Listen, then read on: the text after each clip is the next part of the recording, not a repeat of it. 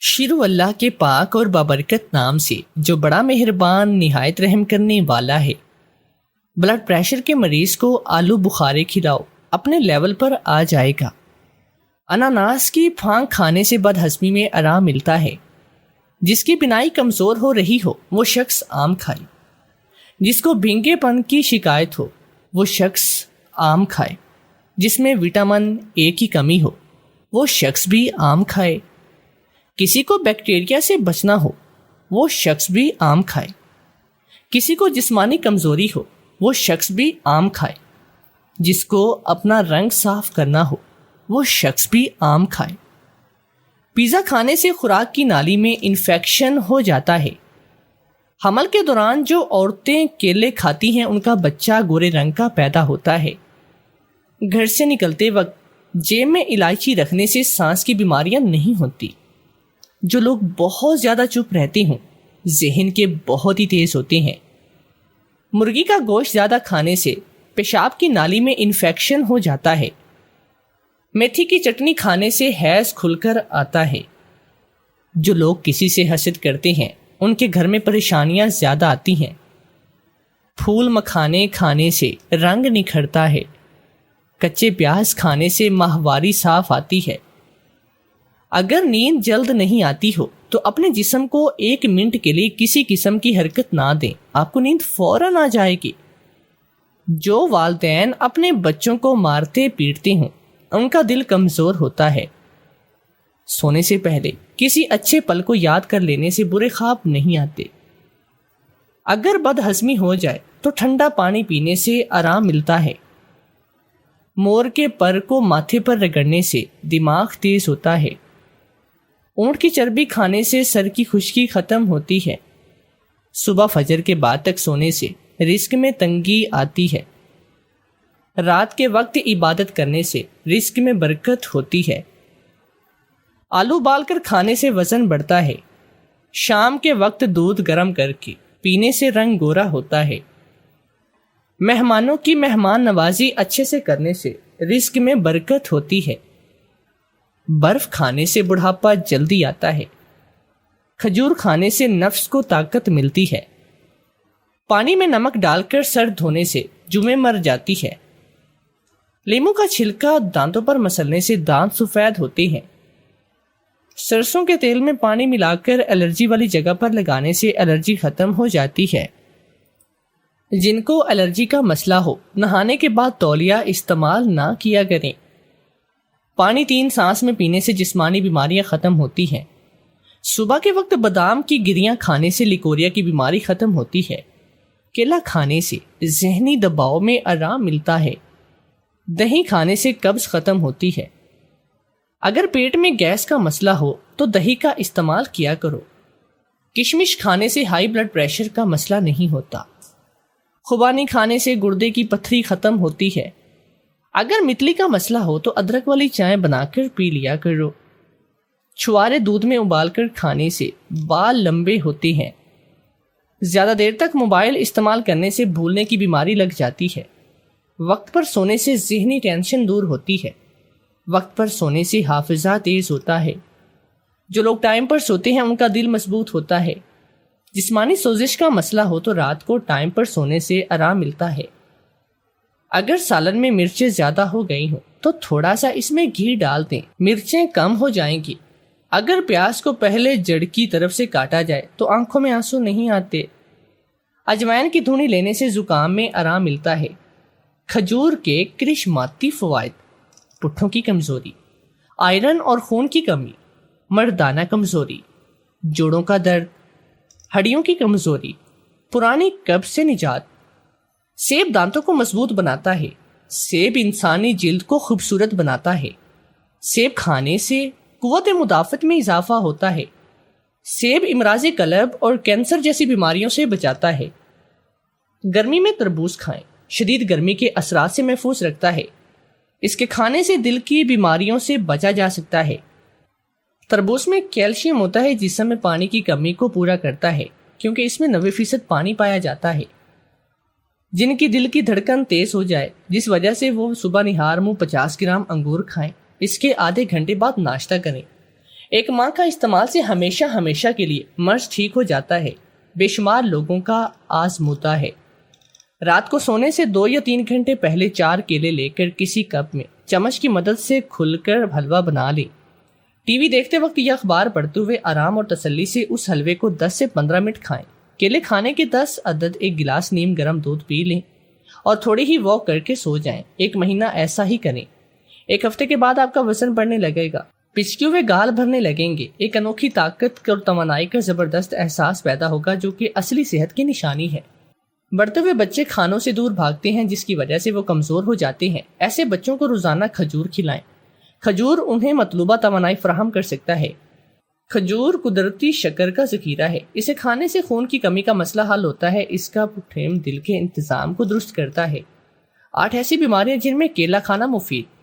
Number 1 امراض قلب، number 2 زبان پر چھالے، سہال اور پیشش، آنتوں کے امراض، پوشیدہ امراض، آپ کے گلے میں خراش، خشک کھانسی اور مثانے کی کمزوری۔ تو اب چلتے ہیں آج کی کہانی کی جانب۔ آج سے ٹھیک 4 برس قبل ابو نے یہ کہہ کر میرے سامنے ہی امی کو طلاق دی کہ یہ عورت بد کردار ہے اور میری بیوی کہلانے کے لائق نہیں۔ یہ بات سن کر میں گھبرا گئی اور رونے لگی تھی۔ میں نے ابو کے سامنے ہاتھ جوڑ دیے اور بولی، خدارا ابو ہم پر ایسا ظلم مت کریں، اس بھری دنیا میں آپ کے علاوہ ہمارا کوئی نہیں۔ ابو میری بات سن کر ہنس دیا اور بولا، میں مانتا ہوں تمہارا سچ میرے سامنے کوئی علاوہ نہیں، مگر یہ بات تمہاری ماں پر لاگو نہیں ہوتی۔ یقین نہیں آتا تو پوچھ لیں۔ میں نے امی کی جانب دیکھا تو وہ بس حیران و پریشان کھڑی تھی، منہ سے کچھ بولتی ہی نہ تھی۔ میں پھر سے ابو کی منت سماجت کرنے لگی۔ میں بولی، ابو میری خاطر آپ یہ سب نہ کرے، اب آپ امی کو چھوڑ دیں گے تو زمانے والے ہمارے ساتھ بہت برا سلوک کریں گے، امی کو مورد الزام ٹھہرائیں گے۔ تب ابو بولے، ثانیہ تم بلا وجہ ہی اپنے آنسو ضائع کر رہی ہو، ایک نظر اپنی ماں کے چہرے کی جانب بھی دیکھ لو، وہ کتنی مطمئن کھڑی ہے۔ تم یہ مت سمجھو کہ میں طلاق دے کر تمہاری ماں کے ساتھ کسی قسم کی کوئی زیادتی کر رہا ہوں، بلکہ یہ تو اس کی آزادی کا پروانہ ہے۔ نہ جانے اس نے کتنی منتیں اور مرادیں مانی ہوں، اس دن کے لیے کتنے پاپڑ بیلے ہوں۔ تب میں امی کی جانب لپکی تھی۔ میں بولی، امی اپنے منہ سے کچھ تو کہیں، ابو سے کہیں کہ وہ آپ کو نہ چھوڑے، اگر انہوں نے ہمیں چھوڑ دیا تو ہم کہاں جائیں گے؟ تب امی بولی، اللہ کی زمین بہت بڑی ہے، ہم کہیں بھی چلے جائیں گے۔ امی نے یہ الفاظ اتنی سرد مہری سے ادا کیے تھے کہ میری ریڑھ کی ہڈی میں سنسنی دوڑ گئی۔ ابو بھی غصے سے دیوانے ہو گئے، مجھ سے کہنے لگے، دیکھا کیسی بدذات ہے یہ، تیری ماں اس کو کسی چیز کی پرواہ نہیں، یہ صرف آزادی چاہتی ہے۔ اتنا کہہ کر ابو نے امی کو طلاق دے دی اور گھر سے باہر چلے گئے، جبکہ میں سکتے کے عالم میں کھڑی کی کھڑی رہ گئی۔ تب امی مسکراتی ہوئی میری جانب بڑھی اور بولی، کیا ہوا ثانیہ، اس قدر پریشان کیوں ہو گئی ہو؟ زندگی میں تو اتار چڑھاؤ آتے ہی رہتے ہیں، یہ کوئی اتنی بڑی بات نہیں۔ تم اپنے کمرے میں جاؤ اور اپنا ضروری سامان پیک کر لو، بلکہ 1 منٹ رکو، مجھے یہ بتاؤ کہ میرے ساتھ جانا چاہتی ہو یا اپنے والد کے ساتھ رہنا چاہتی ہو؟ فیصلہ تمہارا ہوگا، تم میری بہت پیاری بیٹی ہو، تمہارا جو بھی فیصلہ ہوا مجھے منظور ہوگا، یہ نہ سوچنا کہ مجھے کچھ برا لگ جائے گا۔ میں امی کی جانب دیکھتی رہ گئی۔ میں بولی، کیا اولاد کا ماں کے علاوہ بھی کوئی سہارا بن سکتا ہے کیا؟ امی نے اس بات میں سر ہلا دیا اور کہنے لگی، ہاں، جن بچوں کی مائیں مر جاتی ہیں ان کو پھر باپ ہی تو پالتے ہیں۔ اگر تمہارے دل میں اپنے باپ کے لیے نرم گوشہ موجود ہے تو یہ سوچ کر رک جاؤ کہ تمہاری ماں مر گئی ہے۔ امی کی یہ بات میرے دل پر لگی تھی اور آنکھوں میں آنسو آ گئے تھے۔ میں بولی، امی میں آپ کے ساتھ جانا چاہتی ہوں۔ امی نے سر ہلا دیا اور بولی، اچھا، ہمارے پاس وقت بہت کم ہے، میں اپنی پیکنگ کر لیتی ہوں، تم اپنی کر لو، اور ہاں، ضرورت کی ہر چیز رکھ لینا، نہ جانے ہمیں کس طرح کے حالات کا سامنا کرنا پڑے، کچھ کھانے کو بھی ملے یا نہ ملے، اور یہ بھی ممکن ہے کہ ہمارے پاس ضرورت کا سامان خریدنے کے بھی پیسے نہ ہو۔ خود کو ذہنی طور پر تیار کر کے میرے ساتھ چلنا ہے۔ میں چپ چاپ کمرے میں آ گئی اور ایک بیگ میں اپنے کپڑے، اپنے جوتے اور کتابیں رکھنے لگی۔ میں تو یہی سوچ کر حیران ہو رہی تھی کہ اچانک یہ سب کیسے ہو گیا۔ ہم تو اچھی بھلی زندگی گزار رہے تھے، ابو امی ایک دوسرے کے ساتھ خوش تھے، پھر وہ امی کو طلاق کیسے دے سکتے تھے؟ میں جب سے پیدا ہوئی تھی مجھے ہر سہولت میسر تھی، میری ہر خواہش پوری ہو گئی، مجھے ایسا کوئی دن یاد نہیں جس میں مجھے کسی چیز کے لیے ترسنا پڑا تھا، اور اب امی نے کہہ دیا کہ سخت قسم کے حالات کا سامنا بھی کرنا پڑ سکتا ہے۔ خیر میں امی کے ساتھ چل دی، ابو کے گھر کو چھوڑ کر ہمیشہ کے لیے۔ ہم دونوں ماں بیٹی ایک رکشے میں بیٹھ کر بس اسٹیشن پہنچ گئے، اور پھر وہاں سے امی نے لاہور کی ٹکٹ خرید لی۔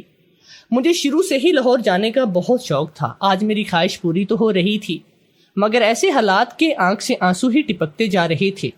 اب شام کے سائے گہرے ہو گئے تھے. میرا دل کسی انہونی کے خوف سے لرز رہا تھا. نہ جانے ہم ماں بیٹی کہاں قیام کریں گے. سر ڈھکنے کے لیے جگہ بھی ملے گی یا سڑک پر ہی سونا پڑے گا. مجھے گہری سوچ میں غرق دیکھ کر امی کہنے لگی، کیا بات ہے ثانیہ، کیا سوچ رہی ہو؟ میں بولی، امی میں تو سوچ رہی تھی کہ ہم بہاولپور جائیں گے، آپ کے والدین کے گھر، مگر آپ نے تو لاہور جانے کا فیصلہ کر لیا ہے. امی نے میرے سر پر ہاتھ رکھا اور مسکرا کر بولی، ہم کسی پر بوجھ نہیں بنیں گے. تمہیں علم ہے کہ کسی کا احسان لینا اتنا آسان نہیں ہوتا. اگر ہم امی کے گھر جاتے تو کیا ہو جاتا؟ وہاں کون سا میری ماں موجود زندہ ہے جو مجھے دیکھ کر خوش ہو جاتی؟ اس گھر میں تو میرے تین بھائیوں کی بیویاں موجود ہیں جو ہم دونوں کو دیکھ کر ناک منہ چڑھاتی، ہم دونوں کو ملازمہ بنا لیتی. میں نے ایسی زندگی تو کبھی نہیں سوچی تھی ہمارے لیے. ہاں، اگر میں اکیلی ہوتی تو اپنی بھابھیوں کے جھوٹے برتن اور مجھے کوئی آر محسوس نہ ہوتی. میں نے اپنی ماں کی جانب بڑے غور سے دیکھا تھا. یہ کتنی عظیم عورت تھی، اس نے میرے لیے کتنی قربانیاں دی تھی. پھر اس کو میرے ابو نے طلاق کیوں دی؟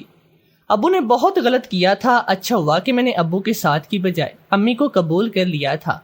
نہ جانے ابو میرا ساتھ دے بھی پاتے کہ نہیں. خیر، لاہور اسٹیشن آ گیا تھا. ہم دونوں اتر گئے. امی نے میرا ہاتھ پکڑ لیا تھا. میں بولی، امی ہم کہاں جائیں گے؟ امی نے میری بات کا کوئی جواب نہیں دیا اور رکشے کو ہاتھ کے اشارے سے روک لیا تھا. نہ جانے ہم کس منزل کی جانب رواں تھی.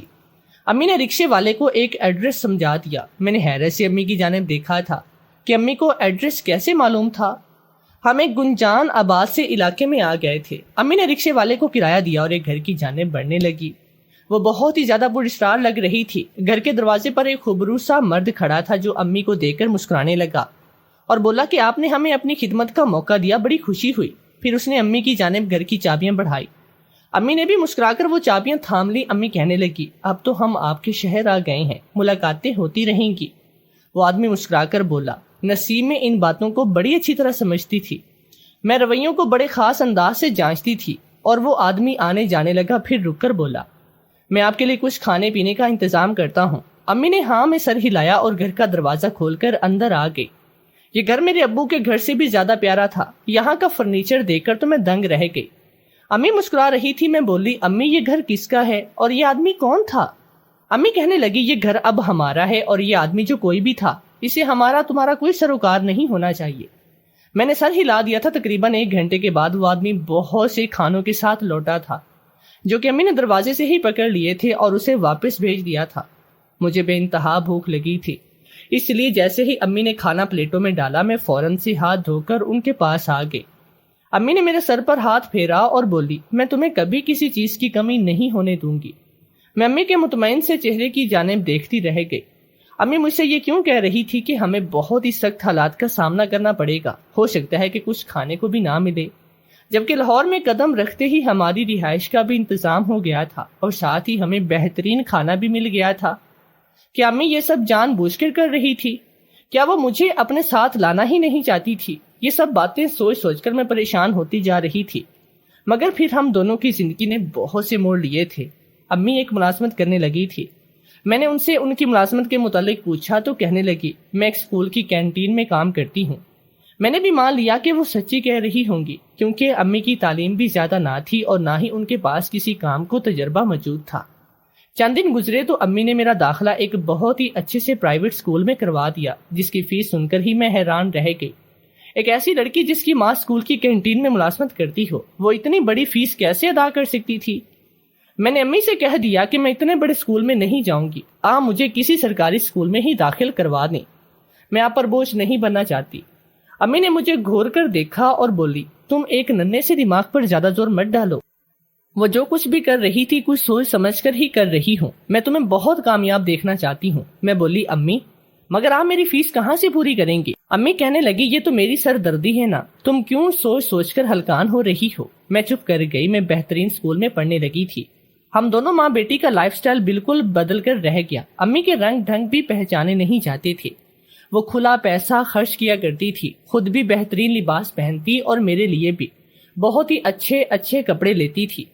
ایک دن امی کام پر گئی مگر انہیں واپسی میں بڑی دیر ہو گئی. عموماً ایسا ہوتا تھا کہ میری اسکول سے واپسی سے پہلے ہی عموماً ایسا ہوتا تھا کہ میری اسکول سے واپسی سے پہلے ہی امی گھر واپس آ جایا کرتی تھی، مگر آج گھر کا دروازہ بند تھا۔ یہ تو شکر تھا کہ میرے پاس گھر کی اضافی چابی موجود تھی۔ بھوک سے میرا برا حال ہو گیا تھا، فریج میں چیزیں بھی پڑی تھی مگر کچھ کھانے کو دل نہیں چاہا تھا۔ میں امی کی فکر میں گھلتی چلی جا رہی تھی۔ میں امی کی واپسی کے لیے رو رو کر دعائیں کر رہی تھی۔ یوں ہی وقت گزرتا گیا اور شام کے 4 سے رات کے 8 بج گئے، مگر امی واپس نہ آئی، اور پھر جب 10:16 ہوئے تو گھر کا دروازہ کھلنے کی آواز آنے لگی۔ میں بھاگ کر دروازے کے قریب پہنچ گئی۔ سامنے ہی امی کھڑی تھی، وہ بہت ہی زیادہ خوش لگ رہی تھی۔ میں نے ان کے پیچھے سے اس شخص کو دیکھا جس نے ہمیں اس گھر کی چابیاں دی تھی، وہ دروازے سے ہی واپس لوٹ گیا تھا۔ امی مسکراتی ہوئی گھر کے اندر داخل ہو گئے، تب میں پھٹ پڑی تھی۔ میں بولی، امی آپ کہاں رہ گئی تھی؟ میرا کچھ تو خیال ہوتا آپ کو، میں کب سے آپ کے انتظار میں گھل گھل کر ختم ہوتی جا رہی تھی۔ امی کہنے لگی، ارے ثانیہ، اتنے بڑے بڑے آنسو بہا کر میری خوشی تو خراب مت کرو۔ آج مجھے گھر آنے میں اتنی دیر اس لیے ہو گئے کیونکہ مجھے ایک بہت ہی بڑے ہوٹل میں مینیجر کی جاب مل گئی۔ اب ہمارے دن پھر جائیں گے، میری تنخواہ بہت اچھی ہو جائے گی اور میں دنیا جہاں کی تمام نعمتیں لا کر تمہارے قدموں میں ڈھیر کر دوں گی۔ میں بولی، امی آپ نے پہلے ہی مجھے کسی چیز کی کوئی کمی نہیں ہونے دی۔ امی بہت خوش لگ رہی تھی۔ خیر مجھے اس بات کی رتی برابر بھی خوشی نہ ہوتی کیونکہ امی نے مجھے بتایا تھا کہ اب وہ ہر رات لیٹ ہی واپس آیا کریں گی، وہ رات 8 بجے سے پہلے گھر نہیں آ پائیں گی، اس لیے انہوں نے میرے لیے ملازمہ کا انتظام کر دیا۔ اس بات پر میں نے احتجاج بھی کیا کہ امی پہلے مجھ سے میرا باپ چھین گیا، اب میری ماں بھی دور ہو جائے گی، میں ایک ملازمہ کے سہارے زندگی کیسے بسر کروں گی؟ امی کے چہرے پر آج پہلی بار مجھے کرب نظر آیا تھا۔ وہ کہنے لگی، میں نے تم سے تمہارا باپ نہیں چھینا، کیا تم اس کے الزامات کو سچ مانتی ہو؟ کیا تمہیں لگتا ہے کہ میں غلط تھی؟ میں نے نفی میں سر ہلا دی اور بولی، امی میں آپ پر کبھی بھی شک نہیں کر سکتی تھی، میں تو آپ کی اس کی وجہ سے پریشان ہوں۔ امی چپ چاپ اٹھ کر اپنے کمرے میں چلی گئی جبکہ وہ میرے لیے ماضی کی باتیں تازہ کر گئی۔ مجھے آج وہ دن یاد آ رہا تھا جب ابو نے امی کو طلاق دی۔ ابو نے امی سے کہا کہ تم بد کردار ہو۔ جب سے ہم لاہور آئے تھے تب سے امی کی تمام سرگرمیاں میری آنکھوں کے سامنے گھوم رہی تھی۔ وہ یہاں آئی تھی تو ان کے رنگ ڈھنگ بدل گئے۔ امی تو یہاں کسی کو جانتی بھی نہ تھی۔ پھر وہ کون تھا جو ہمارے لیے یہ سب کچھ کر رہا تھا؟ اور شخص کون تھا وہ جو اس کے ساتھ مجھے اکثر نظر آتا؟ اب چونکہ میں بڑی ہوتی جا رہی تھی اس لیے میری سوچ کا پیمانہ وسیع ہوتا جا رہا تھا۔ دل میں ایسے خیالات بھی آ رہے تھے جن کو سوچ کر ہی میرا دل لرز جاتا۔ میں نے خود کو کوسنے دیے اور اپنی سوچوں کا رخ موڑ لیا۔ اب زندگی کا نیا امتحان شروع ہو گیا تھا۔ امی بہت ہی مصروف رہنے لگی تھی، میں ان سے شکایت کیا کرتی؟ تبھی امی نے میری مصروفیت کے لیے ہوم ٹیوشن کا انتظام کر لیا۔ چونکہ میں اب بڑی کلاس میں ہو گئی اس لیے مجھے پڑھائی پر زیادہ محنت کرنا پڑتی تھی۔ میرے میٹرک کے امتحانات تھے تو سر کھجانے کا وقت بھی نہ ملتا۔ اتنے دن گزر جاتے، امی کے ساتھ تفصیل سے بات ہی نہیں ہو پاتی۔ خیر یہ دور بھی گزر گیا تھا اور میں امتحانات سے فارغ ہو گئی۔ جس دن میرا آخری پرچہ تھا اس دن میں 16 برس کی ہو گئی۔ امی مجھے اپنے ہوٹل لے گئی اور میرے لیے اچھی سی دعوت کا اہتمام کیا تھا۔ میں بے انتہا خوش تھی کہ اب مجھے سکون ہی سکون ہوگا، مگر میں کہاں جانتی تھی کہ گھر کی خاموشی مجھے کاٹ کھانے کو دوڑے گی۔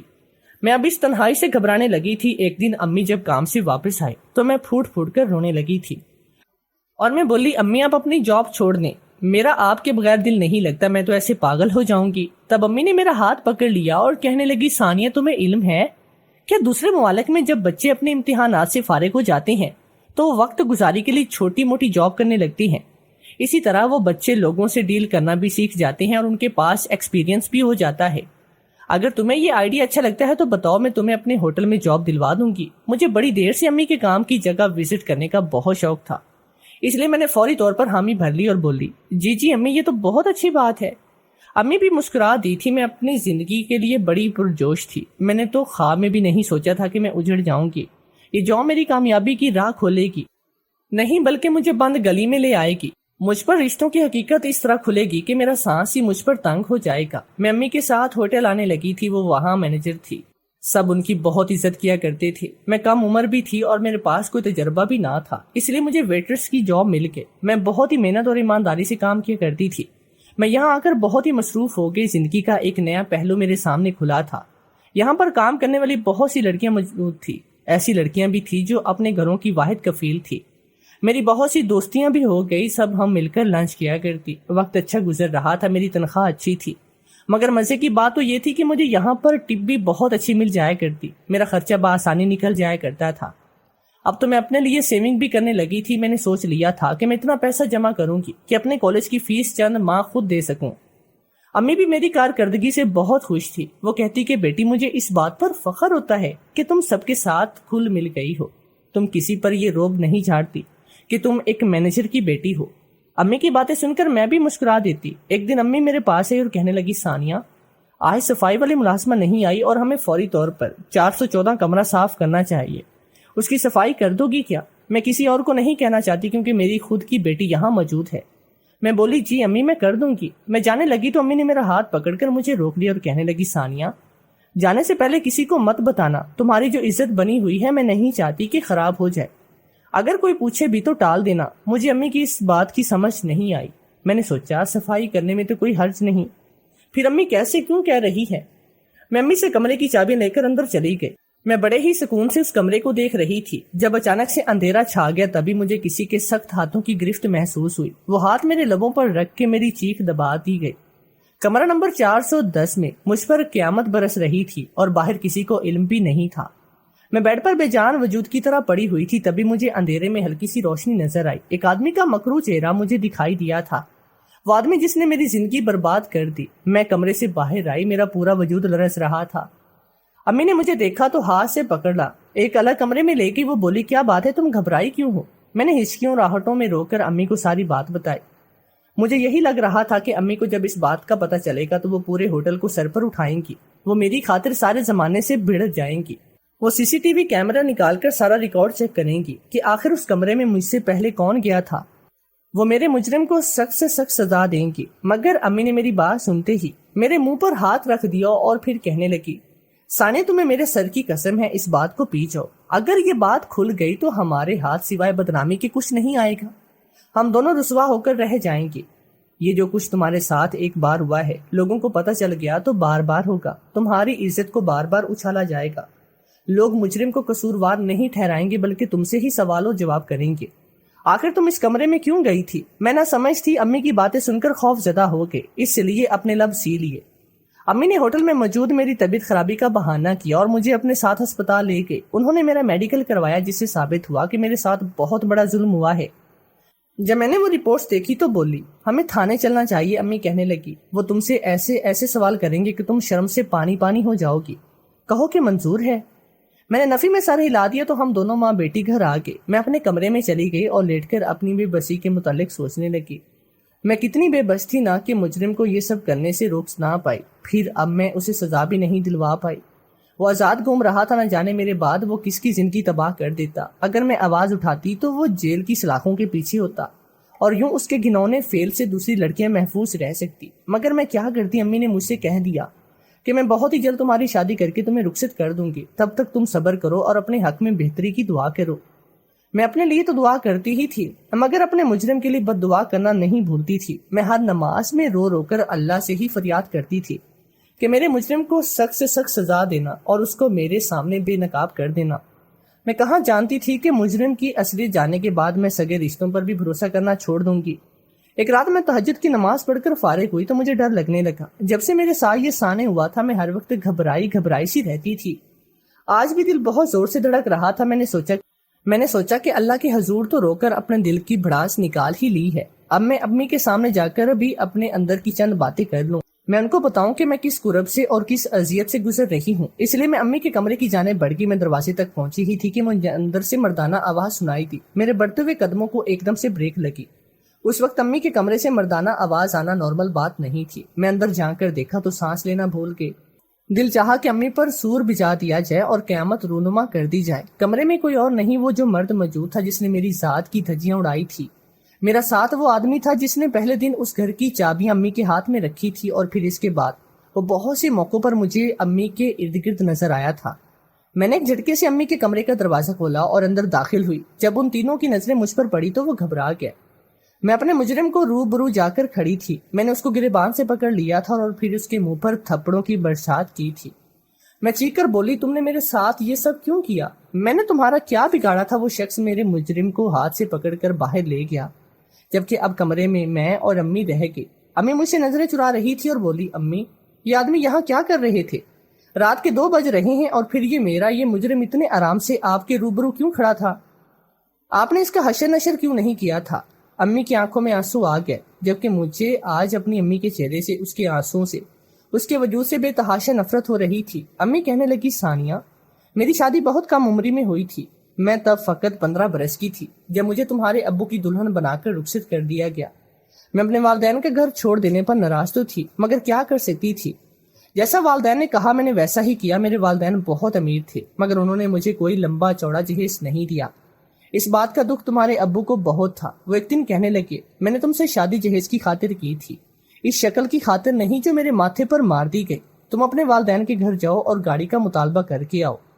میں نے کاشف کو منع کیا تھا کہ یہ سب مناسب نہیں، مگر اس نے مجھے طلاق کی دھمکی دی۔ میں مجبوراً ابو کے پاس آ گئی، انہیں ساری بات بتائی تو ابو کہنے لگے، بیٹی مجھے معاف کر دینا، مجھ سے بہت بڑی غلطی ہو گئی جو تمہارے لیے ایسے شخص کو چن لیا تھا۔ میں چپی رہی تو ابو بولے، اگر میں نے تمہارے شوہر کی بات آج مان لی تو وہ تمہیں بھکارن بنا دے گا اور عمر بھر تم سے چیزیں منگواتا رہے گا۔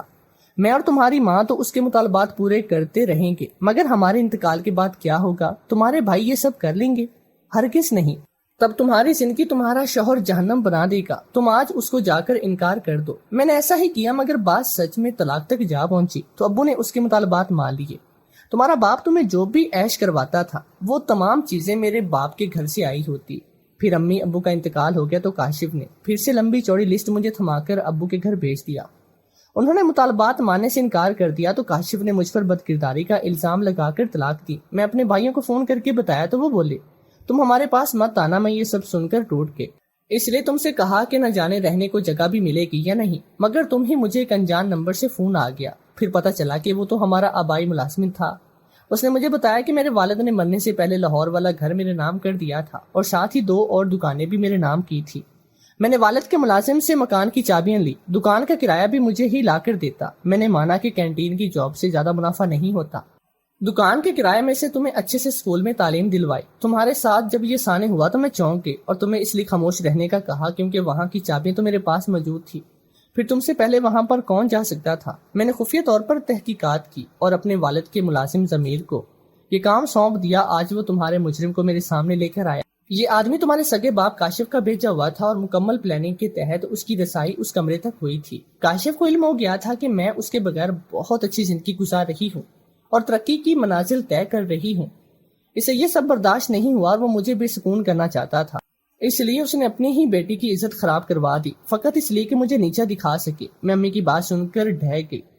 امی نے مجھے بتایا کہ میرے مجرم کو انہوں نے پولیس کے حوالے کر دیا۔ اگلی صبح میں تھانے گئی تھی تاکہ امی کی باتوں کی تصدیق کر سکوں۔ امی کا ایک حرف سچا تھا، وہ شخص میرے باپ کا ہی بھیجا ہوا تھا۔ مجھے تو یقین نہیں آتا تھا کہ کوئی انسان اس حد تک بھی گر سکتا ہے۔ میرے مجرم کو قانون نے سزا دی اور باپ کو رب نے وہ فالج زدہ ہو کر بستر پر پڑا۔ اس کا پریشان حال ہو گیا۔ میرے مجرموں کو تو سزا مل گئی، مگر میں جو بے سکون اور پریشان ہوں اس کا ازالہ کون کرے گا؟ مجھے اب کسی شخص پر بھی اعتبار نہیں رہا۔ جب میرا سگا باپ کیا محافظ ہی غدار نکلا تو پھر کسی اور پر بھروسہ کیسے ممکن ہو سکتا ہے؟